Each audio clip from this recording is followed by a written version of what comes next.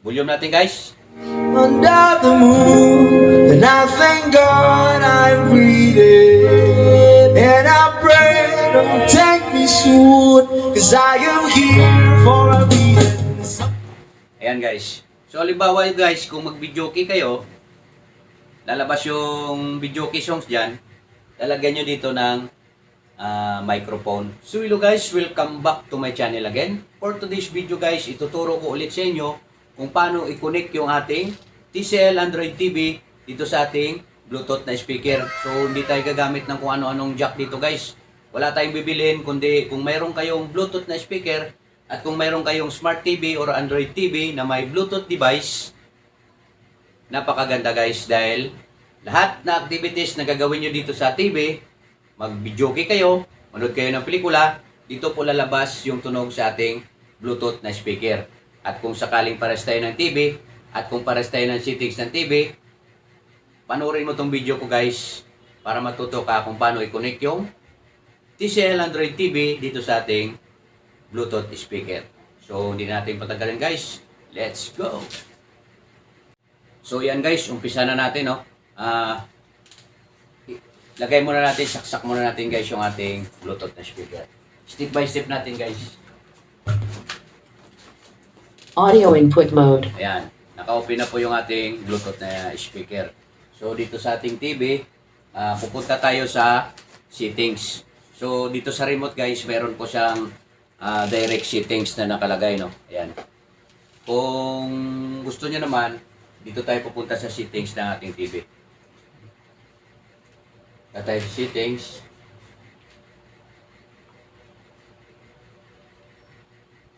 So yan. Under settings guys, pupunta tayo sa remote and accessories. So yan guys, remote and accessories. So click natin yung remote and accessories. So remote and accessories, so may nakalagay add accessory. So ilagay natin sa add accessory. So mag-pop up guys, may nakalagay before pairing your device, please make sure they are turned on discoverable. So kailangan natin i-pair guys. Bago natin yan i-okay guys, ilagay muna natin dito sa Bluetooth. So hindi po siya naka-auxiliary, hindi po siya naka-FM, kailangan nasa Bluetooth siya guys. So pakinggan nyo guys. FM radio mode. Hindi tayo pupunta sa FM. Bluetooth connected. Yan, dyan po tayo sa Bluetooth. So, i-okay na natin to guys para mahanap natin yung Bluetooth device ng ating speaker. So, searching siya guys, nakita ka agad dito sa gilid yung aking Bluetooth device ng aking speaker. So, i-click natin guys. Ayan. Pairing siya guys. Nag-pairing siya. Bluetooth pairing request, kailangan naka-pair. So, okay natin guys yung pair. Bluetooth connected. Ayan, kung narinig nyo guys, Bluetooth connected at tumaas ang agad yung volume. So, pwede na tayo mag-connect guys. So, lahat ng papanoorin natin dito sa TV, dito nalalabas sa ating Bluetooth na speaker. So, magalimbawa lang tayo guys, no? Lakasan natin guys. Lagay na natin sa volume. Ayan, volume 62. So, dito guys sa ating speaker, may volume din tayo dito. So, pupunta tayo sa YouTube guys. Yan, punta tayo sa YouTube. Subukan natin, testing natin kung lahat na panurin natin sa TV, kung dito ba lalabas sa speaker. So, halimbawa lang guys, manood tayo ng katulad nito kay Jessica So. Click natin guys. Pakinggan nyo guys. Right! Ayan. Guys, naka-off yung volume dito sa speaker. Pero, nag-ano siya guys, mandar sa ating TV. So, ibig sabihin guys, kung hindi natin yung volume dito, walang volume yung ating TV. Kaya, yung sounds ng ating TV, dito na nakakonect sa ating speaker. So, dito tayo ngayon guys, mag-volume, no? Tingnan nyo guys. Ang Pilipinas, Yeah. meron pa palang 7,641 islands. Ayan guys, sobrang lakas. Kung gusto nyo pa guys, lakasan guys.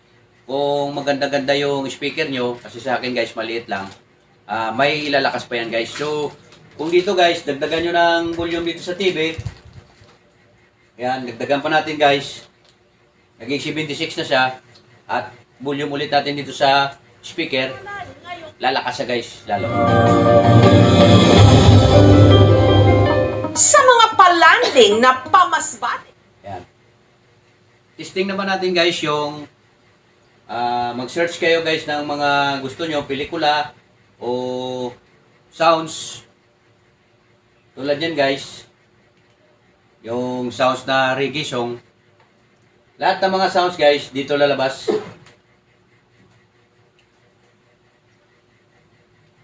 Volume natin guys. under the moon. And I thank God I'm breathing. And I pray don't take me soon, 'cause I am here for a reason. Ayan guys. So halimbawa guys, kung mag-videoke kayo, lalabas yung videoke songs dyan, lalagyan nyo dito ng microphone at pwede na kayo mag-videoke. So guys, napakadali lang guys, di ba? I-connect nyo lang sa Bluetooth na speaker at magkaroon na ng extra speaker ang inyong TV. So, kung halimbawa guys, ibabalik nyo siya na hindi na kayo mag-connect sa inyong Bluetooth na speaker. So, babalik kayo guys doon sa settings. Tatanggalin nyo yung Bluetooth ng inyong speaker sa inyong Android TV. Punta kayo ulit sa settings guys. Ganun ulit guys. Punta ulit kayo sa remote and accessories. So hanapin nyo yung device ng inyong Bluetooth. So ito guys. KX250 at Ampere. Yan. I-okay nyo guys yung Ampere. And okay. Yan. Big sabihin guys, lahat na sounds dito guys sa TV, dito na sa lalabas yung sound sa TV. Yan guys. Bukan natin ulit guys kung walang Bluetooth na speaker. Kung malakas ba o mahina.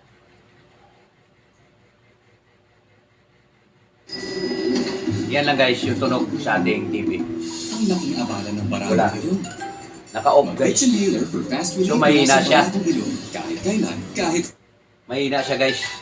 Pagka halimbawa walang Bluetooth na speaker. Yan, napakahina. Kung walang Bluetooth na speaker.